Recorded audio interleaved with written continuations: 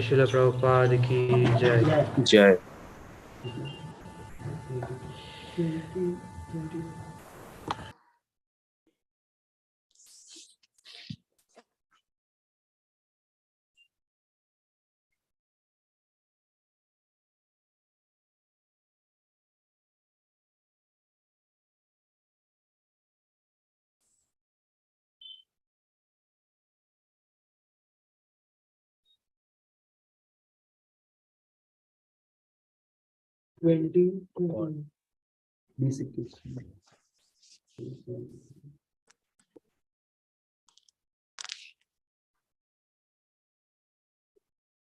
Om Namo Bhagavate Vasudevaya.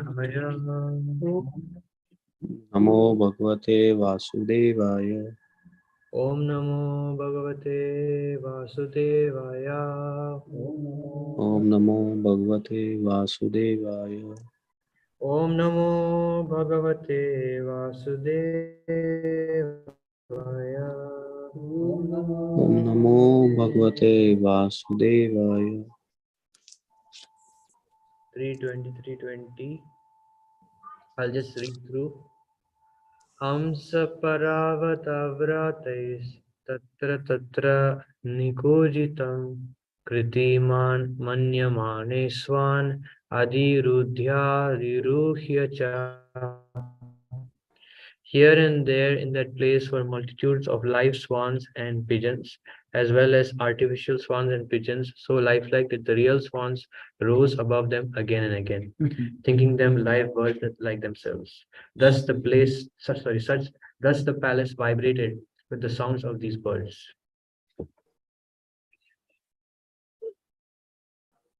Viharasthana Vishrama Samvesha Prang Ganar Jirai Yathapajosham Rochitair Vishmapanam Ivatmanam.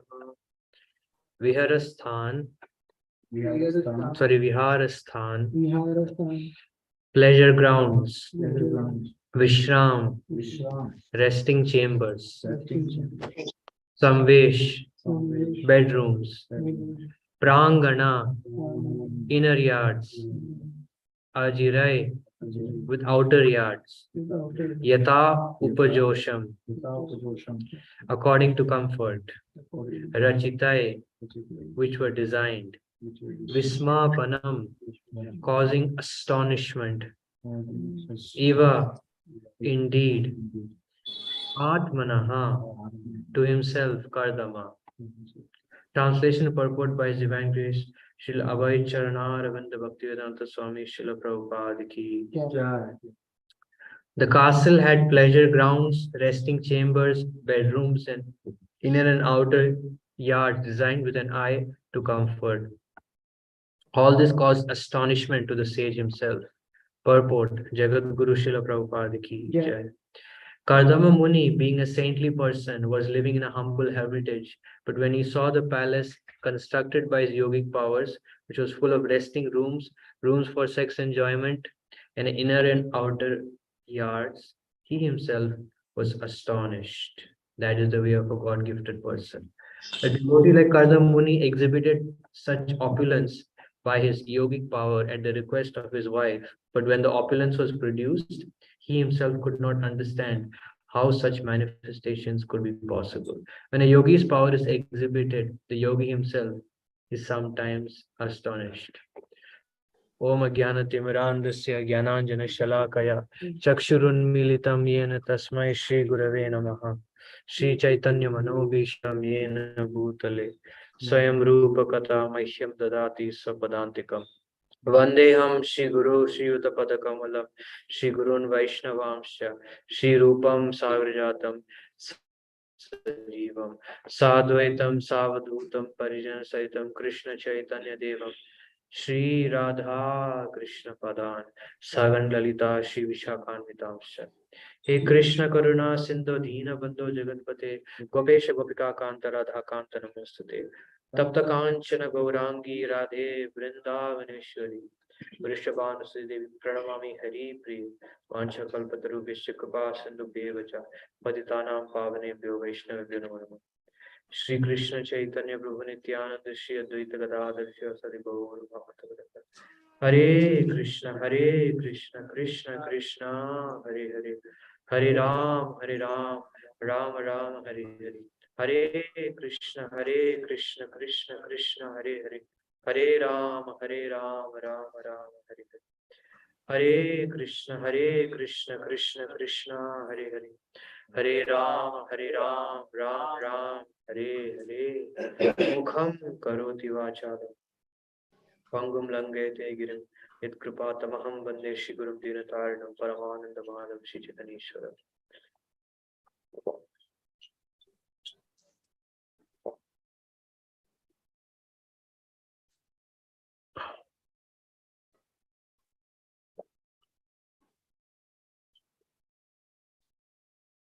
So, I have no qualification to speak in front of all of you who are much more sincere and much more pure and devoted than me.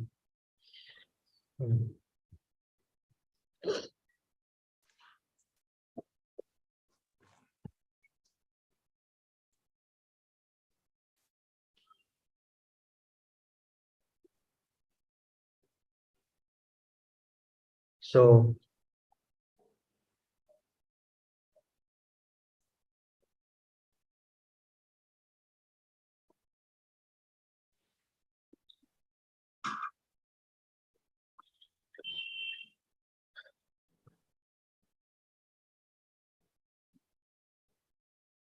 castle had pleasure grounds, resting chambers, bedrooms, and inner and outer yard designed with an eye to comfort. All this caused astonishment to the sage himself.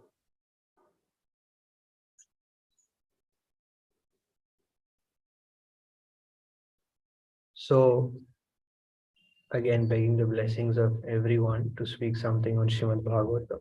So, the context here is the creation of Kardama Muni. Srila Prabhupada says that Krishna is Yogeshwara. Yogeshwara means Krishna is the greatest of all yogis, and his creations are limitless, Ananta, and at the same time, they are ever increasing in their sweetness, in their freshness, in their variety. Krishna provides a variety of enjoyment to both the material and spiritual worlds. So here Kardama Muni, who is a great devotee of the Lord, by his yogic power, he created this arrangement. So Srila Prabhupada says that a devotee, because he's always thinking of the Lord, his desire is immediately fulfilled by the Lord. And just as the Lord is all powerful, by the grace of the Lord, devotees also become very, very powerful. And they can achieve so many amazing things. Like we see in the case of Srila Prabhupada, that Prabhupada was able to achieve so many amazing things just by one activity. Just by one activity. So just by one activity, he was able to. Sagar Prabhu, can you mute? I'm sorry. Just by one activity. Yes, Prabhu. Srila Prabhupada was able to achieve so many amazing things. So just like that, here Kardama, by his mere desiring, Krishna facilitated such an amazing arrangement. So we can all learn from Kardama Muni that actually we don't need to look outside. We don't need to pray for anything special. Shri Shri Radha Gopijana Vallabh Taipativan Gaurhari Jagat Guru Srila Prabhupada ki jai. So by Krishna's mere willing, everything will happen. So that's why a devotee does not have any separate desire from the Lord. His only desire is to serve the Lord. So when we read these kind of descriptions of how a God gifted person is so opulent, then our faith in the Lord should increase. And everything, all beautiful, all sweet, all amazing things are ultimately should remind us only of Vrindavan. So Vrindavan is the ultimate source. The spiritual world is the ultimate source of all beauty, of all sweetness, of all variety. And that's the only purpose of life. The only purpose of life is to meditate on Vrindavan, is to desire to serve Vrindavan, and deep desire in the heart, to cultivate a deep desire in the heart to become a resident of Vrindavan. This is the goal of life, and this is Bhagavatam. Bhagavatam means to, ultimate goal of Bhagavatam means to always think of Vrindavan, to always have a desire to serve Vrindavan. And everything in Vrindavan is worshipable. Beginning with the trees, with the plants, with the kalpavrikshas, with Yamuna, and Yamuna is described as liquid love. You know, the Krishna Prem just personified in a liquid way, and Yamuna is also a personality. But at the same time, there are so many waterfalls and so many rivers, lakes in Vrindavan, unlimited. In this world, there is some limit. We can calculate some limit, so many hundred, so many thousand lakes or whatever. But in the spiritual world, it's unlimited. And each of these lakes, just by bathing in them, just by seeing them, one gets love of Godhead. So ultimately, all pleasurable things, all comfortable things are for Krishna's sense gratification. His Grace Ainda Prabhu mentions that in Vraja, Krishna is realized by pampering. The way Krishna is realized in Vrindavan, the way Krishna is worshipped in Vrindavan is simply by pampering. Simple. So just like a mother pampers the child, father pampers the child with so much love. So the only goal of a devotee's life is to give Krishna enjoyment, is to make Krishna happy. And when a devotee sees Krishna so happy, so satisfied, he becomes satisfied. That is Vrindavan consciousness, and that is the goal of life. The goal of life is to enjoy Krishna enjoying. That's the goal of life. So that's why the greatest benediction on the path of Bhakti Yoga is that we are not the doer. That is the greatest benediction. That is the greatest benediction, that we are not the doer. Krishna is the doer. Prakriti kriyamanani gunai karmani sarvasha ahankara vimudatma kartaham iti manyate. The spirit soul, bewildered by the influence of false ego, thinks himself the doer of activities that are in actuality carried out by the three modes of material nature. So here again, Kardama Muni is astonished at his own creation. Why is he astonished? Because it's not his creation. It's Krishna's creation. Krishna is doing, Krishna's energy is working. That's why he's astonished. So Krishna empowers devotees to do great things. Why? Why do devotees want to be empowered? What is the goal? Why? Because the only desire of a devotee outside serving Krishna or within serving Krishna is to bring other great souls or other conditioned souls to the lotus feet of Krishna. They want to please Krishna because Krishna's real ornament is devotees. Krishna's ornament is not material things, it's not money, it's not a big temple. Actually, Krishna's real ornament is his devotees. If devotees are there, Krishna is there. Rest assured, Krishna is there. If there are no devotees, there's only Krishna. Then why Krishna had to come to this material world? Why did Radha Govinda come here? Is it so that they can just stand and see an empty hall? Nobody comes to a temple just, very nicely, so many chairs, it's an expensive temple. No, that's not why they came here. They came here to bring conditioned souls, to see conditioned souls because of their causeless mercy. Kripaya tava pada pankaja stitadoli sadusham vichintaya. So they came to this world out of their causeless mercy, so that we can take shelter of their lotus feet. So, Srila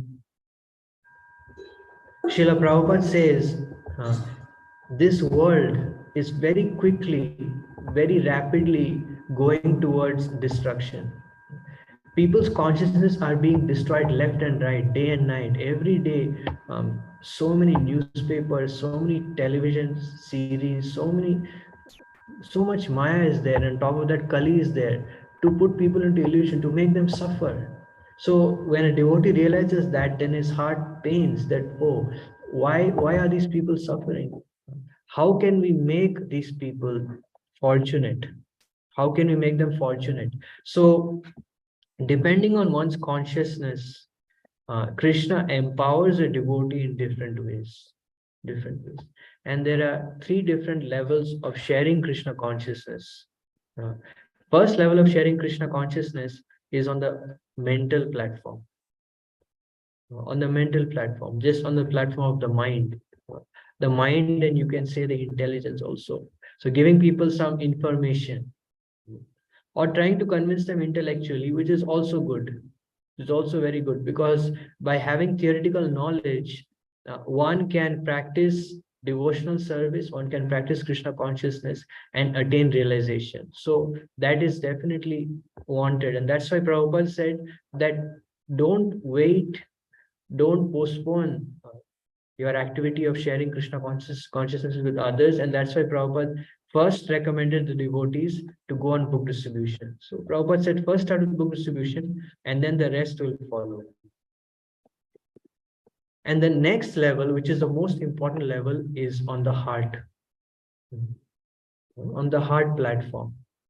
So if a devotee very seriously wants to give Krishna's mercy, wants to give Krishna to others, wants to give Krishna's sweetness, Krishna's pastimes, Krishna's devotees to others, then Krishna helps him to do that. And I'm speaking for myself, it's very humbling to speak this, but it's a truth that we can only give what we have. Or at least we can say this much, that we can only give what we're striving to get. Like if we have some enthusiasm for something, only then can we give that enthusiasm to others.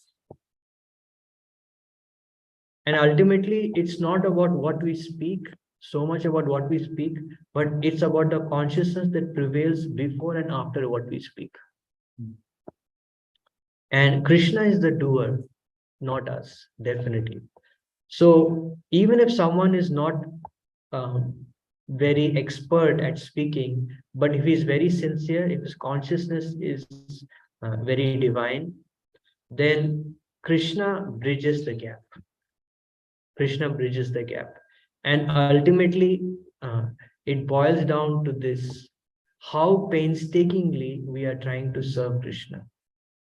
How painstaking we are, painstaking, how much pain we're taking for his pleasure. And this applies in all aspects. So the other day I was reading very nice quote by Srila Prabhupada. I want to read it again because this is a sum and substance of what it takes to achieve Krishna's mercy. It's very, very enlivening. I'll just read it once.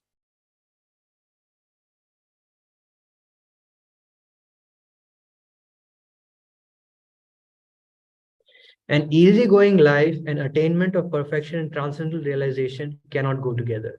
The Lord is more clever than any living entity. Therefore, he wants to see how painstaking the devotee is in devotional service.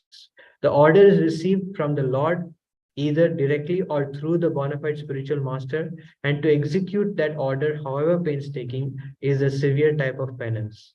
One who follows the principle rigidly is sure to achieve success in attaining the Lord's mercy. So the point is, the simple point is how painstaking we are in our Krishna consciousness. So it all starts with the holy name. So how painstakingly, how deep is our desire to chant the pure name, and how much we're trying. So this is called determination. Determination means even if you're not doing good, even if you're struggling, you still try. You never give up. You never give up. This is the only thing Krishna wants to see. The only thing Krishna wants to see is how deeply, how seriously we're trying for his mercy. That's the only thing we can do ultimately. Otherwise, what can we do? We cannot do something which we have no control over. We cannot suddenly bring taste in our spiritual life. We cannot suddenly chant the pure name. But when we are very determined, and what is determination? Determination means to follow tattat karma pravartanat, to follow the angas of devotional service as laid down by the previous acharyas. That is determination, which means no matter what, whether I feel good or I don't feel good, whether I'm feeling tired or I'm not, I'm there in the programs. I'm trying my best to participate in the association of devotees in a humble mood, in a humble mood. So when a devotee takes a very humble position in devotional service, then what happens when a devotee is sincere and is very humble? What is Krishna's reciprocation? His Grace Vaisheshika Prabhu says, Krishna makes that devotee's bhakti spontaneous. Nayam atma pravachanena labhyo na medasa na bahuna shrutena yam evesha vrinute tena labhyas tasyais atma vivranute tanum swam. The Supreme Lord is not obtained by expert explanations, by vast intelligence, or even by such much hearing. He is obtained only by one whom he himself chooses. To such a person, he manifests his own form. So that is the sum and substance of Krishna consciousness, that Krishna chooses. And how does Krishna choose? Krishna chooses based on the devotee's serious endeavor. And that's why Krishna does not see 1 day or 2 days. Oh, one day a devotee became very ecstatic, led huge kirtan, gave nice class. No, Krishna does not see like that. Krishna sees every day. Krishna sees those moments which we consider are useless or are not important. Krishna sees that. When Krishna sees that, oh, as soon as the devotee wakes up, he's so enthusiastic. Before every seva, he's praying. He has a deep desire to render loving service to me. He is paying obeisances to the devotees in his mind. He is appreciating the qualities of devotees. Um, he's so happy to see other devotees successful in devotional service. He's praying for the success of other devotees. When Krishna sees these kind of qualities on a regular basis, that pleases Krishna. Because the difference between a neophyte and an advanced devotee or advancing devotee is that a neophyte devotee or a Kanishtadhikari, he cannot recognize, he cannot appreciate the greatness of other devotees, or he does not take it so seriously. That is the main difference, and that's why someone who is situated on the platform of Nishtha, or who is somewhat steady, perhaps not on the mental platform, but at least to some extent he's steady. How is a devotee able to become steady in Krishna consciousness?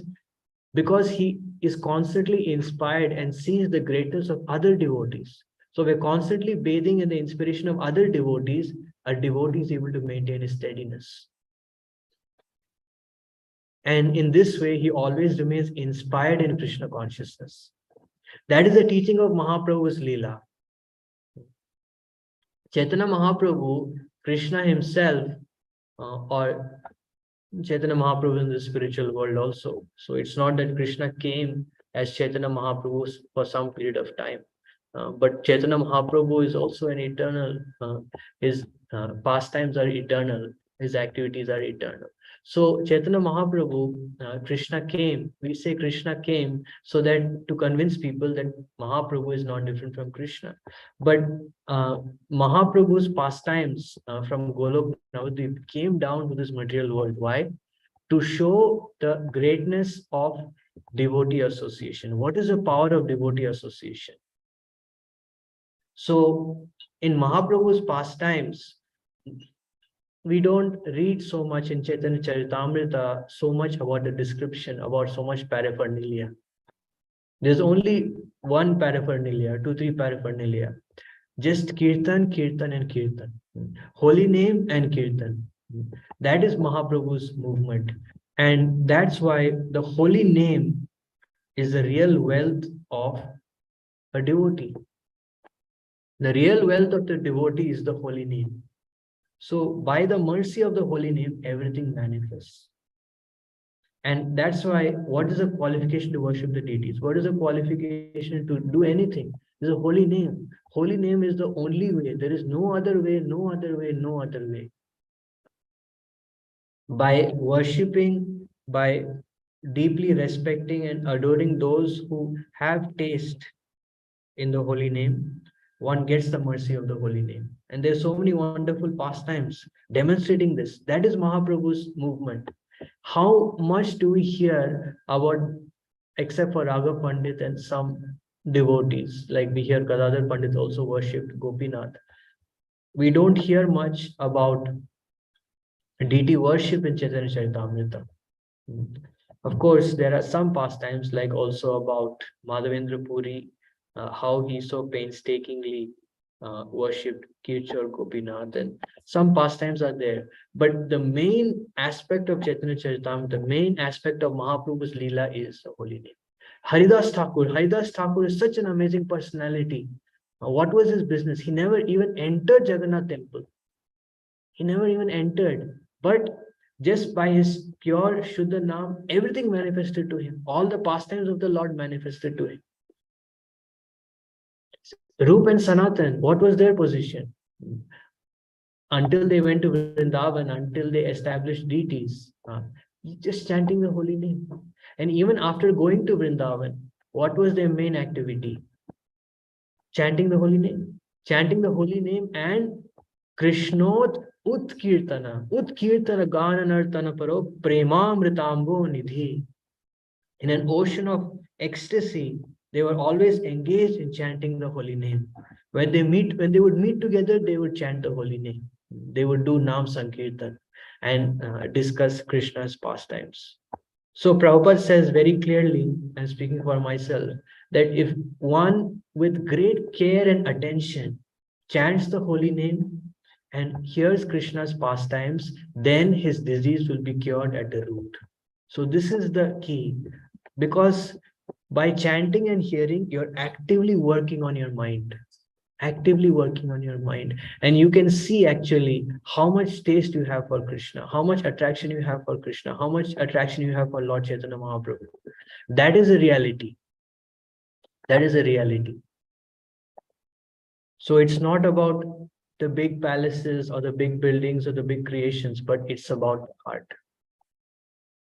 And for one who is pure, one who is cultivating deeply Krishna consciousness consciously on a regular basis, then he actually collects hearts. He melts hearts. He's able to make a transformation, transform the hearts of people, make them devotees, engage them in devotional service.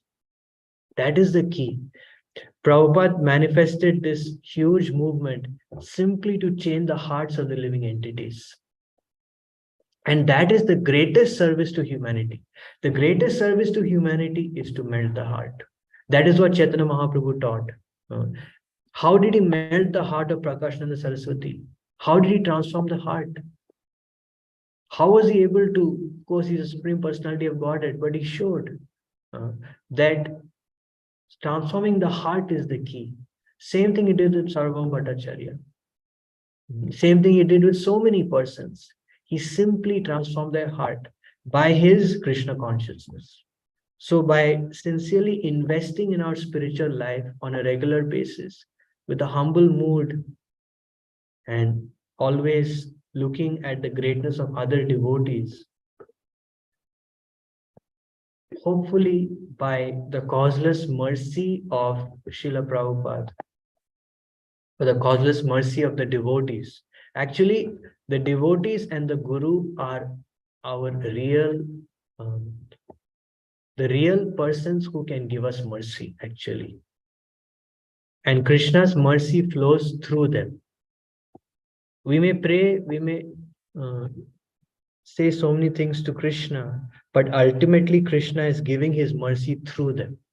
Krishna is giving his mercy through their service, through their. That's why the pleasure of the spiritual master, the pleasure of the Vaishnavas is the source of a devotee's strength in his spiritual life. So, and ultimately, a devotee's only concern is how he is pleasing his spiritual master. That's his only concern. That was Prabhupada's only concern. What was Prabhupada's surrender? What was Prabhupada's humility? We cannot fathom. Yesterday I was hearing, Gaurang Prabhu was sharing, that one time Srila Prabhupada, in the initial times, Prabhupada was traveling. He went back to India. And before Srila Prabhupada started ISKCON, Srila Prabhupada tried very hard to actually encourage other devotees, his god brothers, to do Krishna consciousness. I mean, to spread Krishna consciousness, sorry. But somehow it didn't work out. So finally, Prabhupada went himself and he established. Now, after establishing, just see his humility. Like Shrutakirta Prabhu was narrating, Gaurang Prabhu was narrating this incident that Srila Prabhupada went to Mayapur. He went to Srila Bhakti Sridhar Maharaj. And he said that everything is made. You don't have to do anything. I will manage everything. You just preach. You just give your association to people. You lead this movement, Prabhupada said. So this is Prabhupada's humility. Like how humble Prabhupada was. That we have. Could you please repeat the name who Prabhupada was talking to? Yeah, actually, this is Prabhupada Shiksha Guru, Bhakti Rakshak Sridhar Maharaj. Like Prabhupada mentions as a Shiksha Guru, and one of the great disciples of Bhaktivedanta Saraswati Thakur. Thank you, Prabhuji. So, anyway, the point is that, of course, Prabhupada is the founder Acharya of ISKCON without a doubt, and we read his books, we refer to his teachings. His teachings are everything to us. But I mean, just see Prabhupada's humility, just see Prabhupada's simplicity. And that's why Prabhupada is so successful. And that's what we have to learn from Srila Prabhupada. That ultimately a devotee's desire is to only serve his spiritual master. That's his only desire, is to facilitate his spiritual master's desire. And if he can do that, a devotee claims his life to be successful. A disciple claims his life to be successful. So, ultimately, all perfection lies in the plan, in the mission, in the desire of the previous acharyas. So, and because of that mood of Srila Prabhupada, because Srila Prabhupada was so always looking to fulfill the order of his spiritual master under the guidance of and under the shelter of great devotees. Because Prabhupada was always in such a humble mood, that's why, as a result of that, Krishna empowered Srila Prabhupada, or Krishna wanted Srila Prabhupada to spread Krishna consciousness in such a way that it would last for 10,000 years. So that is the great teaching, practical teaching of Srila Prabhupada. Practical teaching of Prabhupada. And that's why even now, after Prabhupada's disappearance, everyone is looking to Srila Prabhupada for spiritual guidance. Everyone. These Bhaktivedanta purports, they are so powerful. They're transforming the lives of so many people. And not just sometime, but every day. Like everyone is reading Prabhupada's books. These even people from other sampradayas, other, aspects of God, other branches of Gaudiya Vaishnava tradition, they're all taking shelter of Prabhupada's books. Because the way Prabhupada is presented, his books is astonishing. Nobody in the history of our Vaishnava heritage has ever presented philosophy like this. It's so practical, it's so easy, and at the same time, it has different levels of understanding. Different devotees can draw different levels of understanding from Prabhupada's song purports, which are also so deep. Revolution Srila Prabhupada created in the world is unfathomable. Like, which pure devotee, the same pure devotee, has so many books. The same pure devotee has song purports. The same devotee has so many lectures. The same devotee has so many bhajans. The same devotee. And the same devotee's vigraha is there in every temple. So, this is Prabhupada's glory is unfathomable. Prabhupada's glory is unlimited. Why? Because Prabhupada's humility is unlimited. Because Prabhupada's service attitude is unlimited. Like another small incident from Prabhupada's life, that in Prabhupada's Grahastha life, His Grace Madhavananda Prabhu shared this on one of his magazines. So that Prabhupada would chant 64 rounds every day as a Grahastha. And Prabhupada would, whoever would come to his home, even sometimes they would come late night, Prabhupada would give up his room to them. He would give the most, you can say, opulent arrangement for them. He would cook for them. He would serve them. And at the same time, he would hear from them. He would just be their menial servant. That was Prabhupada's mood throughout his life, until the very end, until practically, he, by the arrangement of Krishna, he was forced to go to the West, and he was forced to do things the way he did. Until that point, Prabhupada was doing this humble service to all the other devotees. So this is Prabhupada's teaching, this is Prabhupada's life. And that's why we can see practically also that after Prabhupada became Prabhupada, Prabhupada had no, did not have, you don't see any difficulty in Prabhupada's face, Prabhupada's eyes, Prabhupada's activities. I mean, sorry, not difficulty, no change. Prabhupada was the same. So this is a great heritage, the great wealth of our life is such an amazing example. And of course, Prabhupada and Prabhupada's pure devotees, Prabhupada's pure followers, so many spiritual masters, they're all Prabhupada's pure followers. They're all teaching the same thing, that if one simply serves the mission of the spiritual master, then one gets all success. And that's why everyone's mission is ISKCON. Ultimately, the teaching of every guru is to become an instrument in ISKCON's mission, ISKCON's purpose. So that's why it doesn't matter which guru you're initiated by, but service is one. And service is a real connection. Service is a real connection. By serving, we please, and by pleasing, we develop a deeper and deeper Krishna consciousness. So,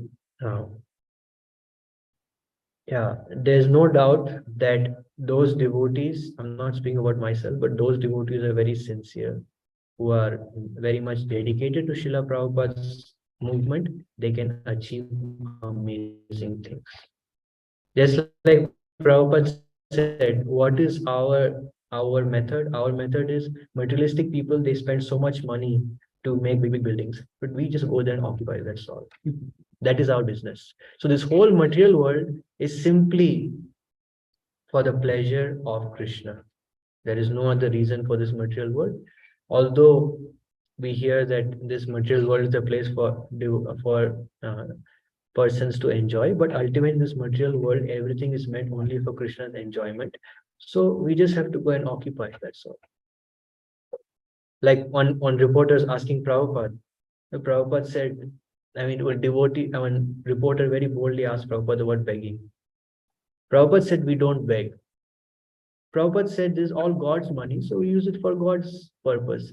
And Prabhupada very proudly said that, we, by selling our books, we make $40,000 a month, and it will come as 800,000 a year around. That's like minimum. Then that reporter started pushing Prabhupada. Prabhupada said, we have no problem in engaging everything in Krishna's service. We can, and Prabhupada said, we can spend all the money of the world. Unfortunately, you don't give us. So it's the glory of Prabhupada, Srila Prabhupada. So Prabhupada and Prabhupada's pure followers. So if we just have a deep desire to serve them, to facilitate their desires, then in the service of Prabhupada, in the mission of Prabhupada, we can make a difference to the world. And that's actually a great cause of happiness for a devotee, because we want to help people. We want to change this world. What is this world? I mean, with Corona and with, so much materialistic sense gratification, which is spread all around, people are suffering like anything. Their future is very, very dark. So please forgive me if I spoke anything wrong or inappropriate. Avanchakalpatarubhyascha kripasindubhyevacha patitanam pavanebhyo vaishnavebhyo namo Anantakoti Vaishnava Vrinda ki jai, Srila Prabhupada ki jai. Anyone has any question or comment?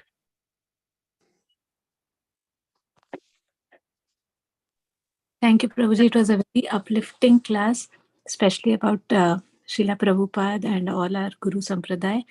There were many takeaway points, Prabhuji, which you emphasized, but you summoned up very nicely about how everything ultimately boils down to trying to take the holy name consistently and being in association of devotees.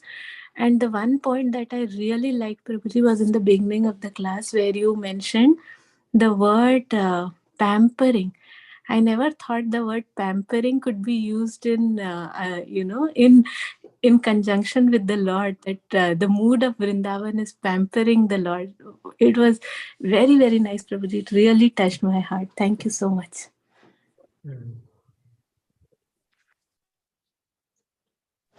I also like the point which you shared about why Kardama Muni is actually surprised that, how amazing is the creation, because he realized it is Krishna's creation. He created it.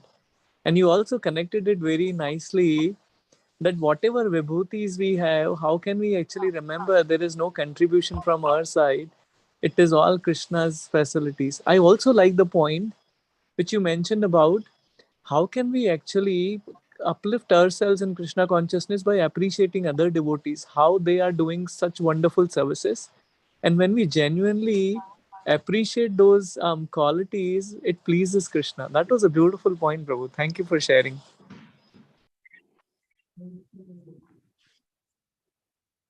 Yeah, very grateful to all of you. It's only by all of your mercy I'm able to speak something. Otherwise, I have no qualification. Okay. So, Vanchakalpatarubhyascha kripasindubhyevacha patitanam pavanebhyo Srila Prabhupada. This Grace Sham Kishore Prabhu ki jai. Thank you so much, Prabhuji. Hare Prabhuji. Krishna. Hare Krishna. Thank you, Hare Thank you, Krishna. Prabhu. Hare Thank you, Krishna. Prabhuji. Hare Krishna.